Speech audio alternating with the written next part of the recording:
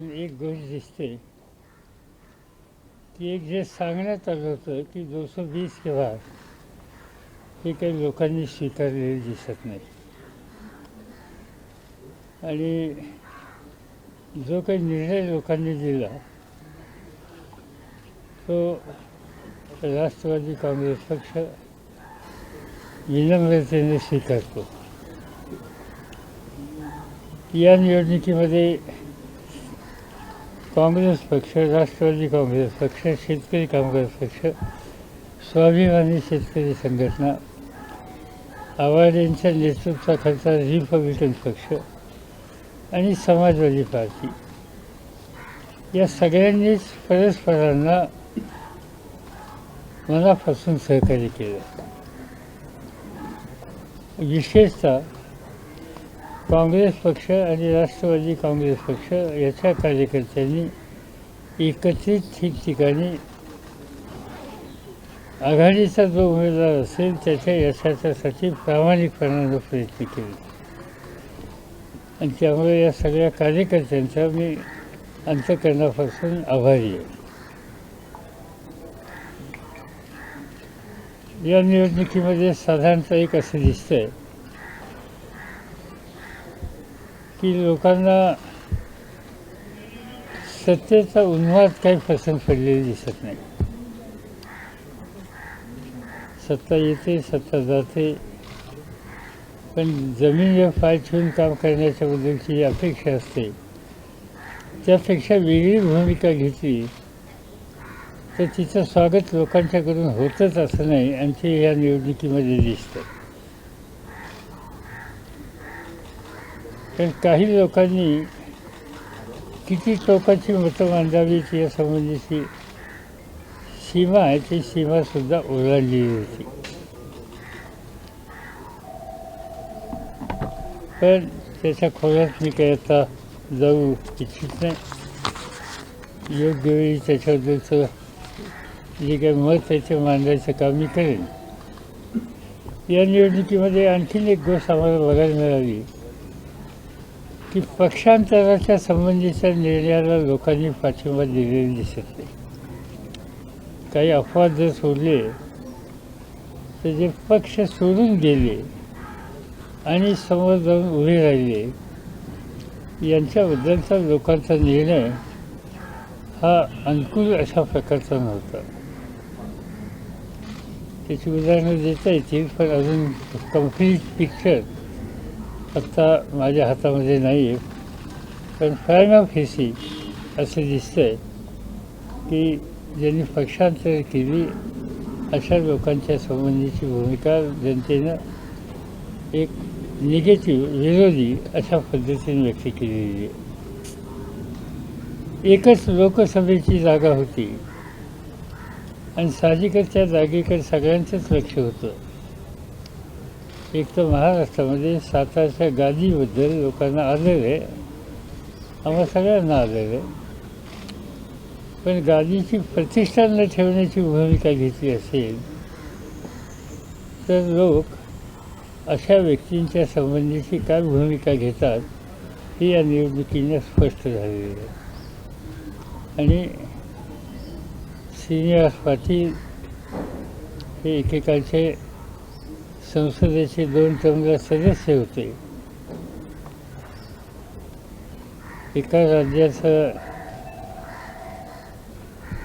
राज्यपालपद ज्यांनी सांभाळलं होतं आणि ज्याला प्रशासनाचा आणि संसदीय कामाचा अनुभव आहे अशा व्यक्तीला आम्ही त्या ठिकाणी पक्षाच्या वतीनं उभं केल्यावर सातारच्या जनतेनं चांगल्या मतानं त्यांना विजयी केलं. त्याबद्दल मी सातारकरांचा खास आभारी आहे. शक्य झालं तर उद्याच्याला मी माझ्या कार्यक्रमात बदल करून सातारला जाऊन श्रीनिवास पाटलांचं आणि तिथल्या जनतेचा आभार मानण्याचा प्रयत्न करणार आहे.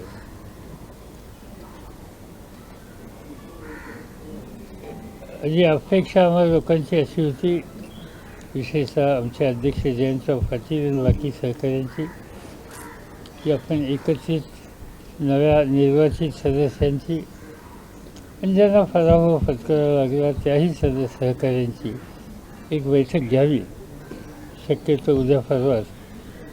परंतु दिवाळी सुरू होते उद्या परवापासून आणि त्यामुळे अनेकांनी हे सांगितलं की दिवाळी झाल्याच्या नंतर पुढच्या दिवशी तुम्ही अशा प्रकारची बैठक घ्यावी. तर तशा प्रकारची बैठक ही आम्हा लोकांच्याकडून दिवाळीच्या नंतर तातडीने बोलवली जाईल. एक मित्र पक्षांच्या बरोबर पुन्हा एक बैठक करून पुढच्या कामाचा आराखडा ठरवला जाईल. 2 आणि या निवडणुकीचं जो काही एकंदर जनमत व्यक्त झालेले ते पाहता अधिक जोमानं पक्ष उभारणीच्यासाठी काळजी घेणं आणि राज्याच्या सर्व भागामध्ये जाऊन एक नव्या पिढीला बरोबर घेऊन नवीन नेतृत्व उभं करण्याच्या संबंधीचा प्रयत्न आम्ही या निवडणुकीच्या माध्यमातून केला. तो व्यापक प्रमाणावर करावा अशा प्रकारचा विचार आम्हा लोकांच्या मनात आहे आणि त्याची सुरुवात माझ्यापासूनच मी उद्या ह्या दिवाळीच्या मोकळं झाल्याच्या नंतर एक राज्य पातळीवर ठिकठिकाणी जाऊन या संबंधीची काळजी घेण्याची प्रक्रिया सुरू करेल.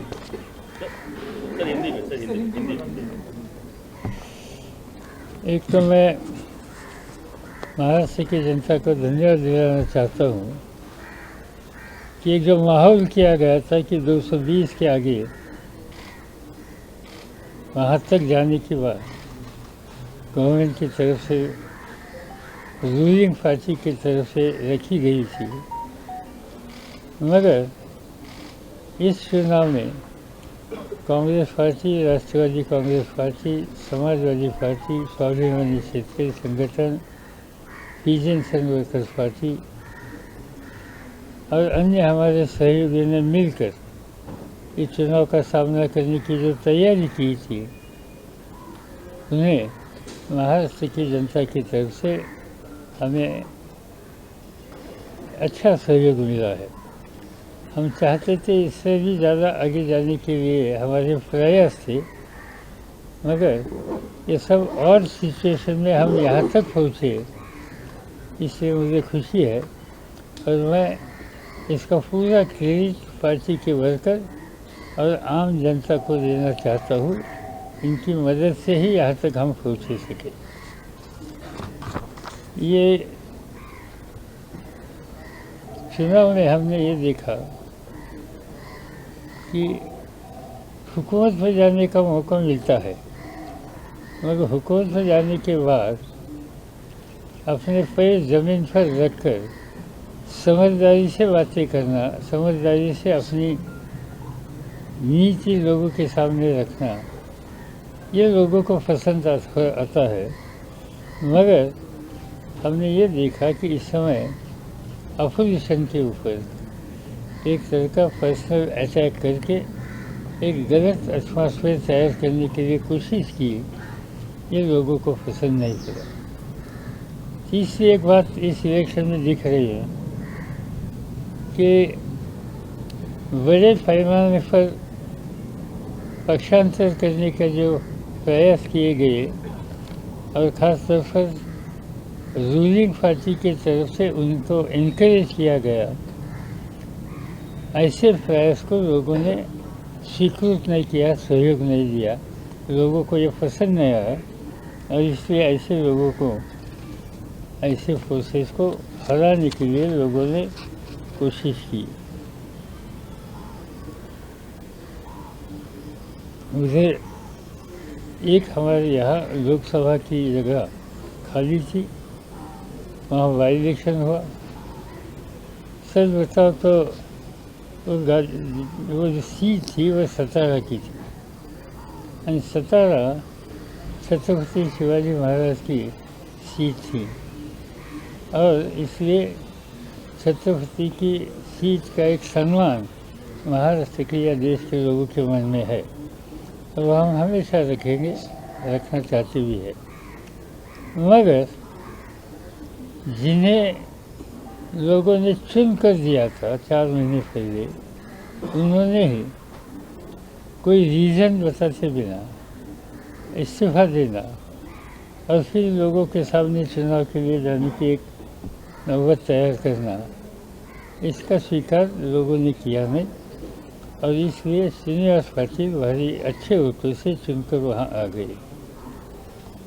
मैं सातार की जनता को धन्यवाद दिलाना चाहता हूँ कि उन्होंने प्रजातंत्र में कोई गलत रास्ते पर जाने की बात कोई करता हो तो उसका सम्मान लोगों ने किया नहीं और एक अलग तरह का डिसीजन इस चुनाव में दे दिया।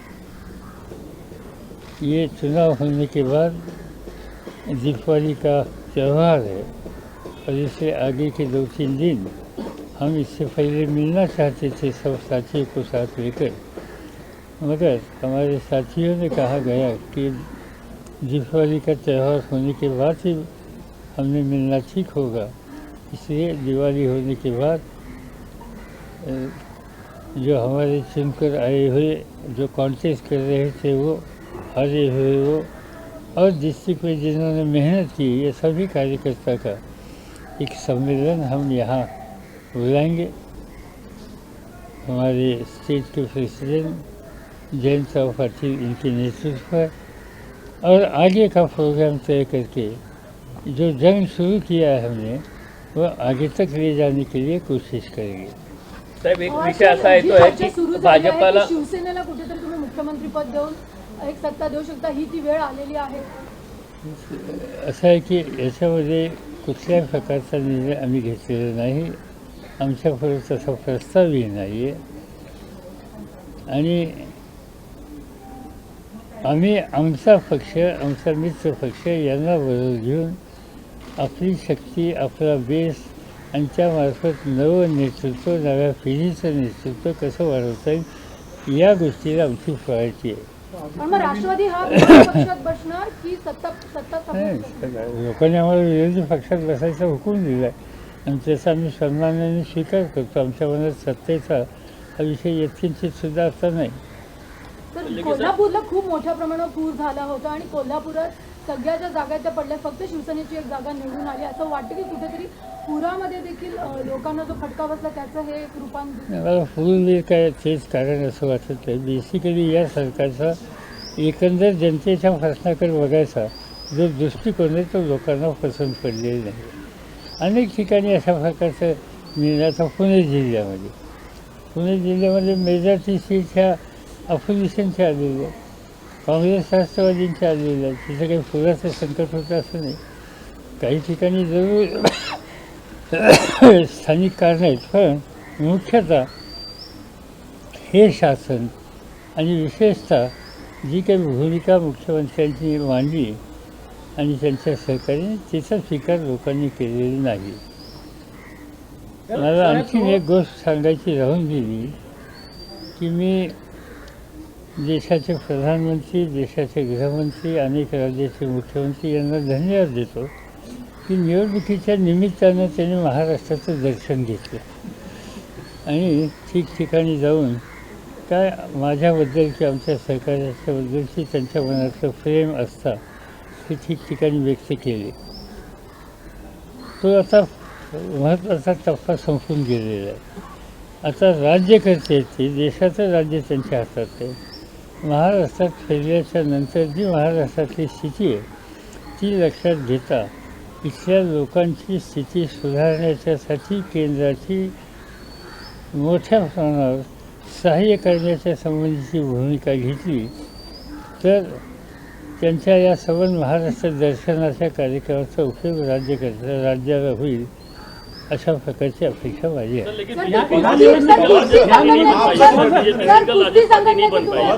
बीजेपी सिंगल लार्जेस्ट पार्टी नहीं बन पाई, इसलिए तमाम कांग्रेस के भी लोग और आपके तमाम लोग कह रहे हैं कि इस बार हम चाह रहे हैं बीजेपी सत्ता से दूर है, उसे कुछ भी कर सकते हैं। क्या लगता है शिवसेना से हाथ मिलाना सही रहेगा, इस बार मौका अच्छा है? हम तो नहीं करेंगे, हम एनसीपी और कांग्रेस और हमारे जो साथी हम सब मिलकर तय करेंगे आगे की नीति, आगे का प्रोग्राम। तो कोई एक अकेले पार्टी बनाने तैयार नहीं कर सकती और दूसरी इनके साथ जाने जो आप कहते हैं ये विचारधारा, ये प्रोग्राम हमारे सामने नहीं है। या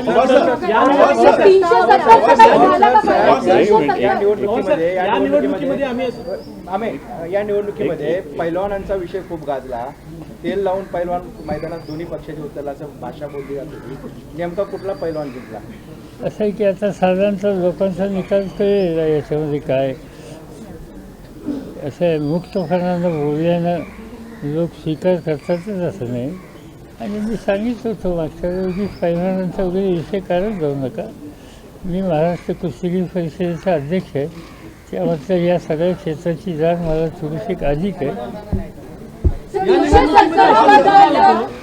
पवारांचं राजकारण संपलं असं जे काही सत्ताधारी पक्षाकडून सांगण्यात येत होतं, तुम्हाला असं वाटतं की जनतेनं त्याला उत्तर दिलंय? असं आहे की एक पक्षाचे त्यांचे अध्यक्ष आहेत, त्यांनी असं सांगितलं यांना दिल्ली जायला तर राहायला सुद्धा जागा नाही. चांगली गोष्ट आहे, ते एक सांगून टाकलं. मुख्यमंत्र्यांनी माझं राजकारण संपलं. असं आहे की मुख्यमंत्री काय किंवा हे जे पक्षाचे अध्यक्ष आहेत हे राजकारणात पक्षाचं काम करण्याच्यासाठी वाकवणार आहेत. पण मला त्यांना म्हणजे त्यांचं ज्योतिषशास्त्राच्या संबंधीचं ज्ञान ह्याची मला कल्पना नव्हती. त्यावर उद्याच्याला काय होणार आहे, कोणाचं काय संपणार आहे वगैरे या संबंधीचं भाष्य त्यांनी केलं. याचा अर्थ एकच आहे की त्यांच्याकडे बाकी सांगण्यासारखं कुठल्याही गोष्टी नाहीत. बाकी कुठल्याही प्रकारची टीका टिप्पणी करण्याच्या संबंधीची स्थिती नाही. आणि एक व्यक्तिगत हेतुवाद करणं किंवा विद्वेष स्वस्थ करणं यापेक्षा दुसरं काही त्याच्यात नाही. त्याच्याकडे फार लक्ष द्यायची आवश्यकता नाही. आपने कहा कि प्रपोजल अभी तक कोई आया नहीं है. काहे का? सेना के साथ नहीं, प्रपोजल आया नहीं आएगा. हमारी नीति है कि हम जाने वाले नहीं. पण हे काँग्रेसने अधिक राज्यात काम केलं असतं तर आघाडीला अधिक जागा मिळू शकल्या असतं असं वाटतं? काँग्रेस कार्यकर्त्यांनी प्रत्येक ठिकाणी अत्यंत कष्ट घेतले, मनापासून सहकार्य केलं. तो राष्ट्रवादीचा उमेदवार आहे का काँग्रेसचा उमेदवार आहे हे बघितलं नाही. आघाडीचा उमेदवार, आघाडीचा धर्म कांग्रेसच्या सहकार्याने मनापासून पाहा. जिस तरीके से ईडी का दुरुपयोग जो आप बता रहे हैं, आपको आरोप किया गया आपके ऊपर और प्रफुल्ल पटेल साहब के ऊपर, क्या लगता है साथ अगर नहीं किया तो सीट और अच्छी आ सकती थी क्योंकि नाम खराब किया गया? बात ऐसी है कि ईडी वगैरह मैं यहाँ निकलना नहीं चाहता हूँ, मगर हुकूमत में जो पावर मिलती है हाथ में, इसका गैर इस्तेमाल करने की बात लोगों को पसंद नहीं पड़ती. यहाँ मेरा ऑब्जर्वेशन है. और जिस तरह से ये सब जो अधिकार है इसका इस्तेमाल करने के प्रयास किए गए, इसका कुछ न कुछ नतीजा हो सकता है. पवार साहेब तुम्ही म्हणालात की पंतप्रधान आणि गृहमंत्री देशाचे ते महाराष्ट्रात येऊन गेले निवडणुकीच्या निमित्ताने, पण त्यांनी जो मुद्दा उपस्थित केला वारंवार 370चा, तो या राजकारणाला या निवडणुकीला लागू पडला होता का? काय वाटतं? प्रश्न असा आहे की 370 मला आश्चर्य वाटतं की मुख्यमंत्री प्रधानमंत्र्यांचं मी स्पीच वाचलं की बरोबर असेल तर की तुम्ही 370 आणून दाखवा. आहे की जो सेक्शन कॉन्स्टिट्यूशनमध्ये आपण रद्दबातल केला, विचारपूर्वक केलेला आहे, तो कायम स्वरूपाचा नव्हता हे सगळ्यांनी जाहीर केलेलं आहे. आणि तो काढल्याच्या नंतर तो आणून दाखवा म्हणणं त्याच्यात मला काय अर्थ दिसत नाही. आणि दुसरी गोष्ट आणखीन एक त्यांचं वाक्य असं होतं की इसमें आप हमसे सहयोग देने के लिए तैयार नहीं हो. सहयोग न देने का सवाल ही नहीं था क्योंकि इसको हमने विरोध नहीं किया था. हमने पब्लिकली कहा था ठीक है, अच्छा किया आपने. मगर प्रधानमंत्री साहब ने ये कहा कि आप इस बारे में जो करता है ऐसे ही करेंगे तो पानी में डूब मरो. अरे प्रधानमंत्री, देश का प्रधानमंत्री, हमारा भी प्रधानमंत्री है, सबका प्रधानमंत्री है. और देश के किसी व्यक्ति को या पॉलिटिकल फोर्सेस या किसी सेक्शन को डूब के मर जाओ, इस तरह की भाषा मुझे लगता नहीं प्रधानमंत्री को शोभादायक.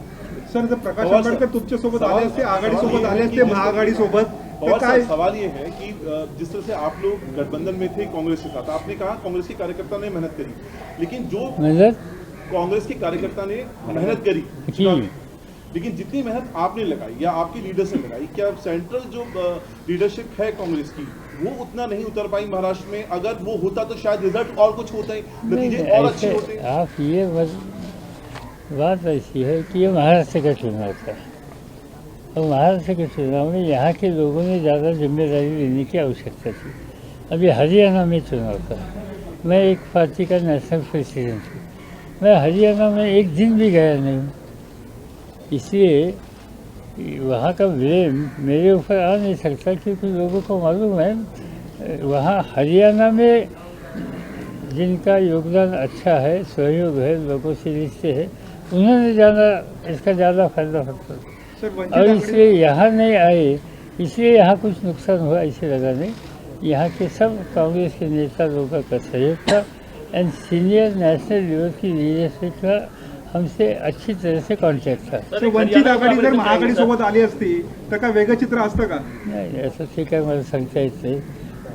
ज्याचा तसा राजकीय निर्णय घ्यायचा अधिकार आहे, त्यांना असं वाटतं की आपण स्वतंत्र जावं, त्याच्याबद्दल मला काही निष्कर्ष काढायचं कारण नाही. सर हरियाणा में एक आपका रिएक्शन चाहेंगे सर, हरियाणा में भी बीजेपी की सरकार नहीं बनने जा रही है ऐसा, हालांकि वहाँ पे दो शुरू हो चुका है, उसके बारे में थोड़ा सा आपका नेशनल लीडर तो आपका मत जानना चाहेंगे हरियाणा के बारे में? मालूम है मगर जहाँ तक हमारे पास इन्फॉर्मेशन है वहाँ क्लियर कट मेजॉरिटी दिखाई नहीं दे रही और बाकी जो नॉन बीजेपी फोर्सेस है उन्होंने मिलाकर कुछ अल्टरनेटिव दे दिया तो एक आम लोगों को खुशी मिलेगी, मगर मुझे मालूम नहीं वहाँ कहाँ तक सोच है इस बारे में और कहाँ तक जाने की तैयारी बाकी राजनीतिक दलों की है। पवार सर, आप इन चुनाव कैंपेनिंग के दौरान आपकी फोटो और फुटेज बहुत वायरल हुई जिसमें आप बारिश में भीगते हुए लगातार अपना भाषण दे रहे थे। जब वो आई उसके आधे घंटे के अंदर तकरीबन 5.5 लाख लोगों ने उसको शेयर किया था।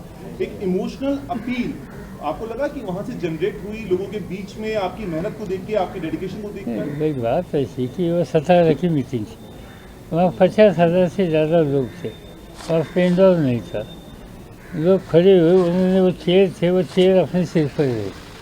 अरे इस तरह से लोग इतना बड़ा बारिश होने के बावजूद मैदान छोड़कर जाने की तैयारी लोगों की नहीं थी, यही हमारे लिए बहुत था।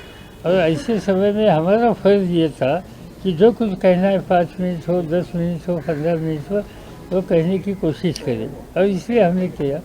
मुझे अच्छा लगा कि पूरा स्पीच मेरा होने तक लोग अपनी ही जगह पर रहे। लेकिन इसी से और दूसरा कि जो रिजल्ट दिखाई देता है ये रिजल्ट से लोगों ने पॉजिटिव अप्रोच लिया। सर लेकिन इसी समझ में आता है कि जिस तरह से आप मैदान छोड़कर नहीं भागते हैं, लोगों को ये समझ मैसेज देने का प्रयास किया। आपने अपने सभा में एक बार ये भी कहा था कि अभी तो मैं जवान हूँ, मुझे बूढ़ा मत कहो, तो मैं जितने तो इसका संदेश ये आता है कि मीटिंग में थोड़ा सब सीरियस ही नहीं होना चाहिए, कुछ तो कुछ इधर उधर की बातें करनी पड़ती है। मगर एक है कि लोगों का जिस तरह से रिस्पॉन्स पूरे स्टेज में हम देख रहे थे और ख़ास तौर पर यंगर जनरेशन को, इससे हमारा हौसला बढ़ा। तर परळीमध्ये खूप मोठा विजय झाला, धनंजय मुंडेंना मिळाला, जयदत्तांना गेलेले ते देखील पडलेले, ह्या दोन विजयांना तुम्ही कसं बघता? हे मला ह्याच्यात काही वैशिष्ट्य म्हणजे आश्चर्य वाटलेलं नाही। मी काही जिल्ह्यात नाशिक काय, बीड काय या जिल्ह्यात मी यापूर्वी बघितलं आहे की 90% 95% जागा आम्हाला मिळालेलीच याच्या आधी आणि त्यामुळं इथं ज्या पद्धतीची स्थिती एक निर्माण केली गेली परळीमध्ये आणि त्याच्यातून एक काहीतरी सिम्पथी वेव तयार करण्याचा प्रयत्न केला, मला नाही वाटत असल्या गोष्टी लोकांना पसंत पडत, पण ते लोकांनी दाखवलं। एवढ्या मोठ्या मताने लोकांनी दाखवल्याच्या नंतर शेवटी आपल्याला कळतंच ना। आणि ते माजलगावमध्ये दिसलं म्हणजे ह्याचं फायनल रिझल्ट माझ्याकडे नाही आहे, तुमच्या बीड शहराचे बहुतेक आले दिसतात, पुरवतो आम्ही, पण अंतिम रिझल्ट नाही। पण ठिकठिकाणी हीच अवस्था होती त्या जिल्ह्यात आणि तशीच अवस्था मला खात्री आहे की नाशिकमध्ये सुद्धा होती। नाशिकमध्ये सुद्धा एका निवडणुकीत आम्ही लोक निवडणुकीला उतरून सगळ्या जागा जिंकल्या होत्या एकेकाळी। तर त्यामुळे काही जिल्ह्यांचं वैशिष्ट्य असं आहे की त्या ठिकाणी परिवर्तन करायचा लोकांनी निर्णय घेतला तर मग ते हात आखडता ठेवत नाहीत, मुक्तपणाने सपोर्ट करतात, असा सपोर्ट त्या ठिकाणी मिळाला। तर ऐन निवडणुकीत प्रफुल्ल पटेल यांच्यावर आरोप झाले, ईडीची चौकशी झाली, या सर्व गोष्टींना कसं बदल म्हणजे निवडणुकीच्या आधी प्रश्न म्हणजे हाच केला की सत्तेचा गैरवापर याची उदाहरणं आहेत आणि अशी उदाहरणं आणि अशा पद्धतीचा सत्तेचा गैरवापर लोकांना आवडत नाही आणि त्याचे परिणाम शेवटी कुठे ना कुठे होत असतात। या मतदानाचं व्यक्त झालं गेलं. म्हणजे काही बोलायचं त्याच्यातून काही आरोप करायचे त्याला काय अर्थ नाही. और सब केंद्रीय मंत्री रामदास आठवले साहब जो है उन्होंने एडमिट किया है कि कहीं ना कहीं इकोनॉमिक स्लो डाउन और जॉब लॉस जो है उनकी वजह से इस बार वोट जो है वो कम आए और वोटर टर्नआउट भी कम था। ये रामदास आठवले ने कहा मैंने देखा नहीं, मगर मुझे खुशी है कि उसकी कोई कविता सुनने से पहले कोई सीरियस बात उन्होंने कभी की, वो हमें ऐसा मौका कभी मिलता नहीं सुनने का. मैं उनको धन्यवाद दिलाना चाहता हूँ की ग्राउंड लेवल सिच्युएशन उन्होंने आपके सामने रखने का प्रयास किया. पवार साहेब, या निवडणुकीत असं दिसलं की राधाकृष्ण विखे पाटील जे विरोधी पक्ष होते ते उठून गेले होते.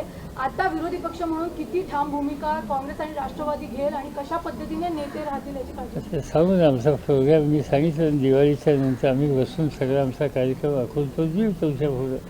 तुम्ही काही काळजी करू नका, मी तुम्हाला कामाला लावू. जैसे आपने कहा था कि युवा बहुत नाराज चल रहे थे बीजेपी सेना से और युवा ने आके एनसीपी कांग्रेस को वोट किया होगा, क्या आप अभी भी लगता है